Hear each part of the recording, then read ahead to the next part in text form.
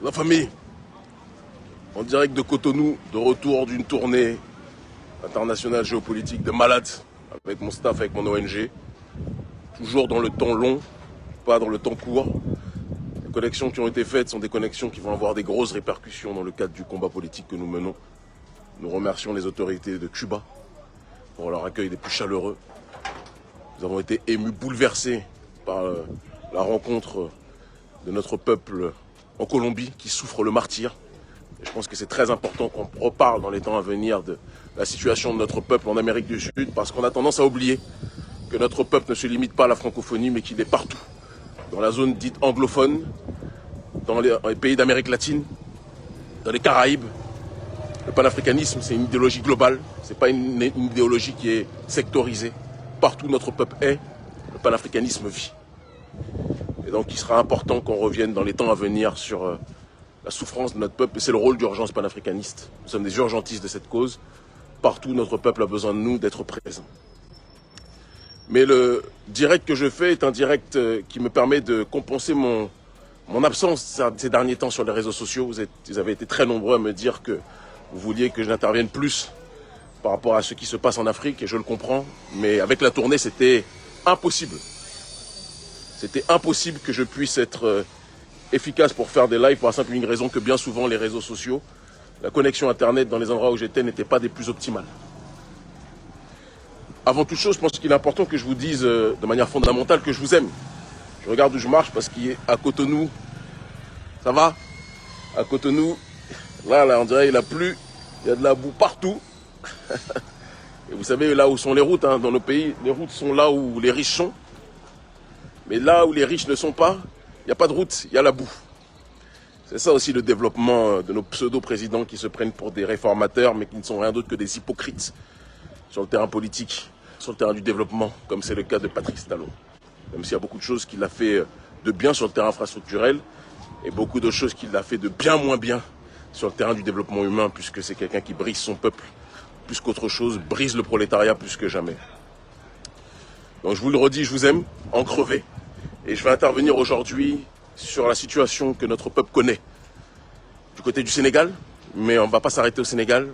On va parler aussi de notre peuple en Côte d'Ivoire, on va parler de notre peuple aussi au Bénin, on parlera de notre peuple aussi au Niger, on parlera de notre peuple dans un pays qui s'appelle, dans une plantation qui s'appelle la France-Afrique.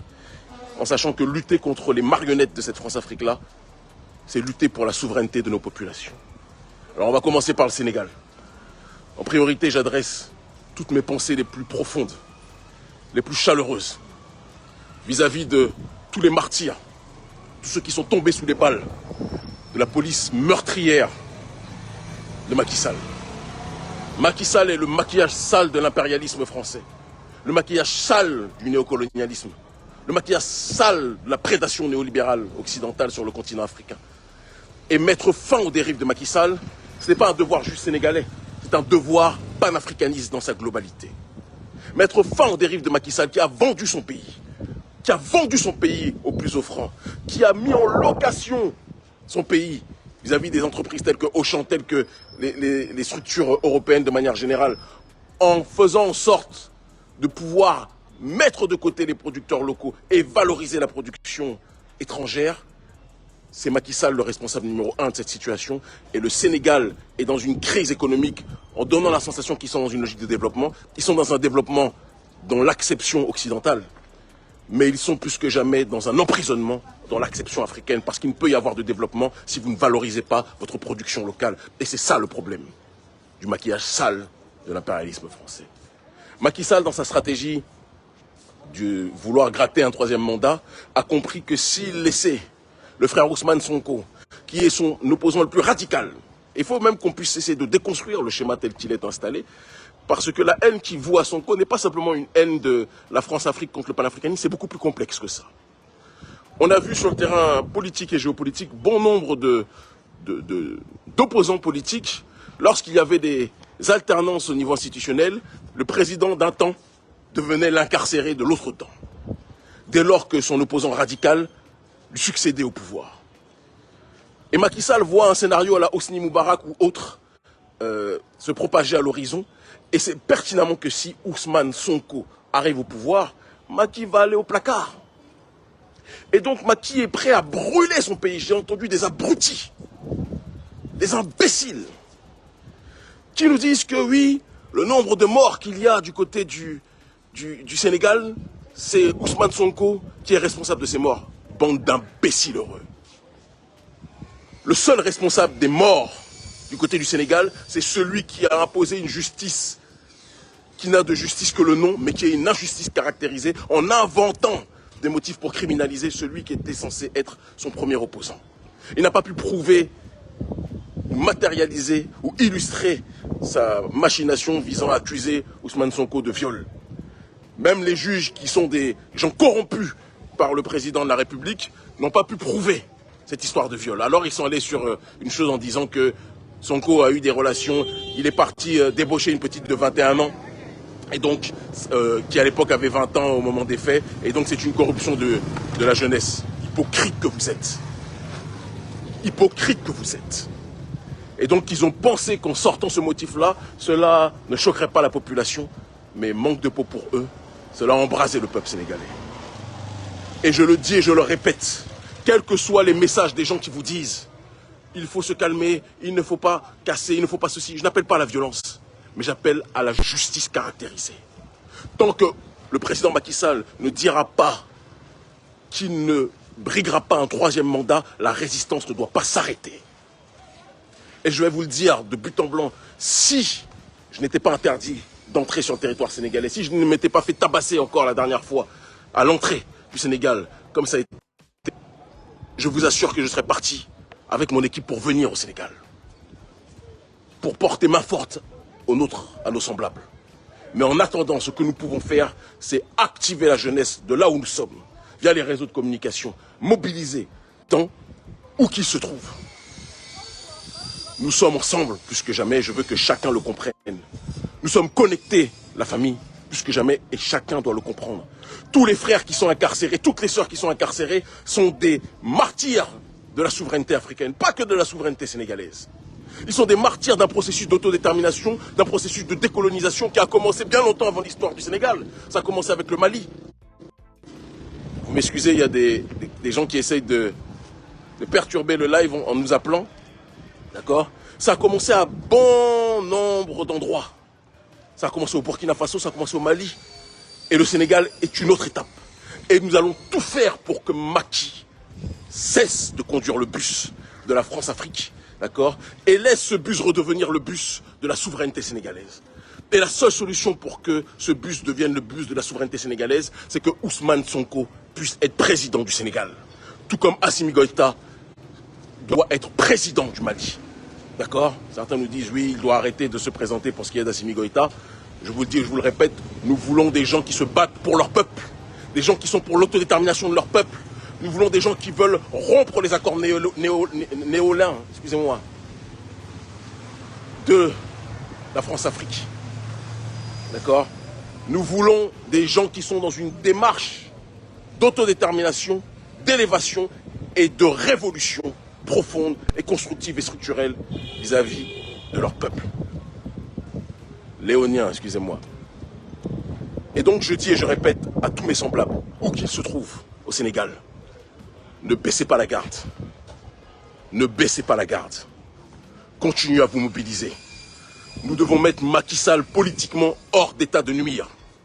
Macky a décidé de détruire son pays. S'il veut détruire son pays, on doit le mettre politiquement, j'insiste, hors d'état de nuire. Et je m'adresse à l'armée. L'armée, prenez vos responsabilités. Armée française, sortez de là. Et armée sénégalaise, prenez vos responsabilités pour soutenir plus que jamais Ousmane Sonko. Et au-delà d'Ousmane Sonko, parce que c'est une question qui le dépasse en réalité, soutenez la résistance sénégalaise. Quand Abdoulaye Wade a voulu faire le fou, la rue s'est mobilisée. Macky lui-même à l'époque s'est mobilisé. Ce qui nous rappelle que souvent, il y a souvent trop d'opposants en Afrique lorsqu'ils arrivent au pouvoir, deviennent les pires autocrates. Mais la rue s'est mobilisée à l'époque, Macky faisait partie de cette rue. Aujourd'hui, nous demandons à cette rue de ne pas baisser la garde et nous demandons à tous les autres Africains autour du Sénégal de rester mobilisés pour soutenir la résistance sénégalaise. Tous ceux qui peuvent envoyer de l'argent au Sénégal pour soutenir la résistance sénégalaise, faites-le. L'ONG Agence panafricaniste va, dans les jours à venir, là aussi débloquer ce que nous pouvons débloquer pour aider les nôtres. Nous n'avons pas beaucoup, mais nous allons tout faire pour soutenir le plus possible ceux qui sont sur le terrain au Sénégal et qui souffrent. C'est important de le dire. Ousmane Sonko doit être lavé de ses accusations fallacieuses et on doit lui donner la possibilité de se présenter aux élections présidentielles. Et si on ne lui donne pas la possibilité de se présenter aux élections présidentielles, il va aller chercher Macky, il va aller installer Ousmane Sonko. C'est de ça dont il s'agit. Tout le reste n'est que littérature. Ce que je dis pour le Sénégal est valable pour la Côte d'Ivoire d'Alassane Dramatique Ouattara. Oui. Alassane Ouattara lui-même, qui est le deuxième pilier, qui est le premier pilier de l'UMOA, Macky Sall est le deuxième. Alassane Dramane Ouattara est donc le premier pilier de la France-Afrique du néocolonialisme. Et avec Macky Sall, ils ont structuré, ils ont cimenté la soumission africaine aux intérêts français plus que jamais. Et donc ces dirigeants doivent être déboulonnés. Ces dirigeants doivent être déboulonnés. Nous devons rompre les accords léonins plus que jamais qui lient nos pays au néocolonialisme français et au néocolonialisme sous toutes ses formes. Nous devons faire en sorte aujourd'hui que nos pays puissent être dans un processus véridique, véritable d'autodétermination et de souveraineté totale. Et ceux qui refuseront cette démarche-là devront être combattus plus que jamais. Et donc je dis de la même façon à la résistance en Côte d'Ivoire, organisons-nous, organisez-vous pour que Alassane Dramatique Ouattara puisse lui aussi tomber. Quand un conducteur emmène le bus dans le ravin, les passagers du bus doivent neutraliser ce conducteur-là. Et ce conducteur sur le terrain politique se nomme Alassane Ouattara en Côte d'Ivoire, se nomme Macky Sall au Sénégal, se nomme du côté du Bénin Patrice Talon. Les gens ont peur de prononcer son nom, parce qu'au Bénin, trop de gens ont peur de leur nom, mais il faut arrêter avec cette démarche-là. Moi, je vous le dis, les yeux dans les yeux, Patrice Talon fait partie lui aussi de ce système de la France-Afrique. Patrice Talon, lui aussi, est dans une démarche d'implanter l'oligarchie néolibérale occidentale dans notre pays, dans le pays de Béhanzin, dans le pays de Glélé, dans le pays des Akodji. Et nous ne l'accepterons jamais. Nous voulons la souveraineté totale. Nous voulons l'autodétermination totale. Nous voulons la justice sociale et non pas la justice pour une minorité qui vit avec des millions et des millions et des millions pendant que la majorité vit avec moins de $100 par mois. Ce n'est plus acceptable. Nous voulons valoriser nos productions locales. Nous voulons vivre de ce que nous produisons.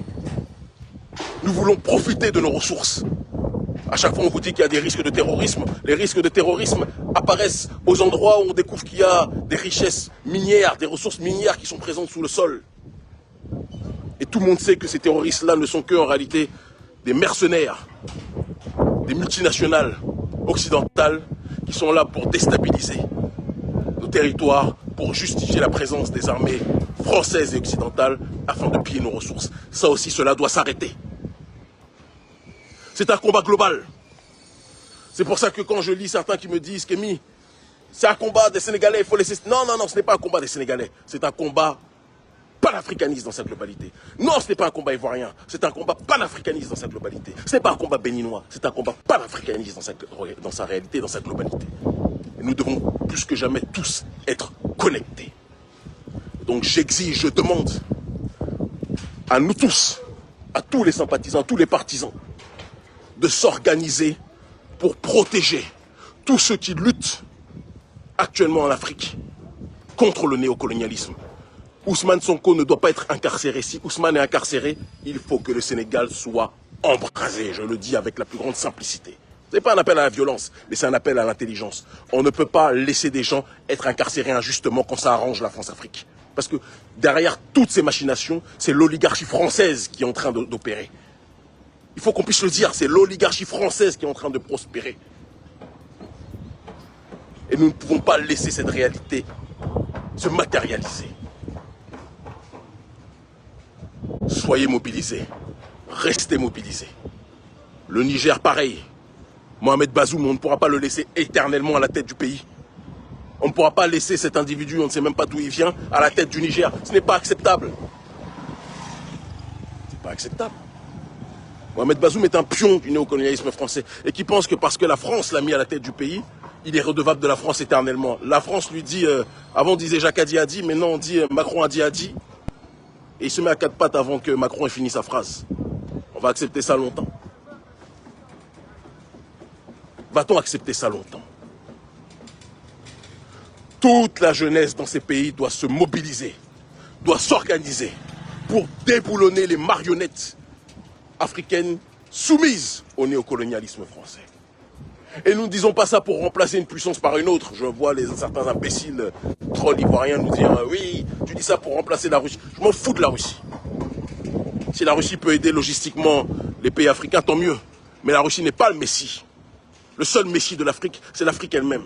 Et le jour où la Russie voudra faire aux pays africains ce que la France et l'oligarchie occidentale fait, nous combattrons la Russie jusqu'à en perdre la vie. Je n'ai aucun scrupule dessus. Poutine n'est pas mon Messie. Personne n'est mon Messie en Russie. Le seul Messie de l'Afrique, c'est l'Afrique elle-même, en l'honneur de nos ancêtres méritants. Qu'on soit très clair dessus. Je suis d'ailleurs beaucoup plus proche de Cuba, de l'Iran. C'est une réalité. Du Hezbollah que de la Russie. Mais la Russie fait partie des pays qui sont plus nos partenaires que les Occidentaux, ça c'est évident. Donc je dis et je répète à tous nos frères, à toutes nos sœurs, restez mobilisés. Maintenez la pression. Bousculez l'oligarchie d'Occident. Bousculons l'oligarchie d'Occident. Avançons, nous sommes beaucoup plus proches du but. Ce qui se passe en Afrique francophone, entre guillemets francophone, c'est un château de cartes. On pousse une carte, elle tombe. On en pousse une autre, elle tombe. Mali, Burkina, Guinée. Le reste arrive. Et vont tous y passer. Le Bénin, s'il continue à se soumettre à l'oligarchie française, ce spectacle va cesser aussi. Parce que nous n'allons pas accepter que le pays de Béhanzin, de Glélé, des Amazones, puisse valider que l'armée française puisse souiller notre sol. Puisse valider que l'oligarchie néolibérale occidentale puisse piller notre sol. Nous sommes dans une plantation. On n'appelle pas Patrice Talon le roi du coton gratuitement. On l'appelle le roi du coton parce que nous sommes dans une plantation du coton aujourd'hui, qui bénéficie à une minorité qui vit dans l'opulence la plus grasse, pendant que notre peuple souffre le martyre au quotidien. Et vous pensez qu'on va accepter ça éternellement? Vous pensez que nous sommes tous là pour... parce que c'est ça le mode de fonctionnement au Bénin, sur le terrain politique. Ceux qui existent sont ceux qui acceptent de manger dans la main de Patrice Talon. Nous, on ne mangera dans la main de personne. Nous voulons la fin du néocolonialisme et nous bousculerons tous ceux qui y sont soumis. Et vous savez que quand on fait des tournées géopolitiques, c'est pour être le plus efficace aussi, pour déstabiliser les marionnettes du néocolonialisme. Et croyez-moi, les tournées sont des plus productives. Restons mobilisés. Maintenons la pression. Bousculons l'ennemi par tous les moyens à notre disposition. Armés de nos pays, rejoignez la population. Et vous aurez un rôle plus que jamais fondamental, déterminant pour notre libération. Je vous aime en crever, peuple d'Afrique, en l'honneur de nos ancêtres méritants, et par la grâce de Dieu l'unique, Dieu tout-puissant, nous vaincrons. L'Afrique libre ou la mort, nous vaincrons. Ils commencent tous à comprendre. Force et honneur à vous. Je vous aime.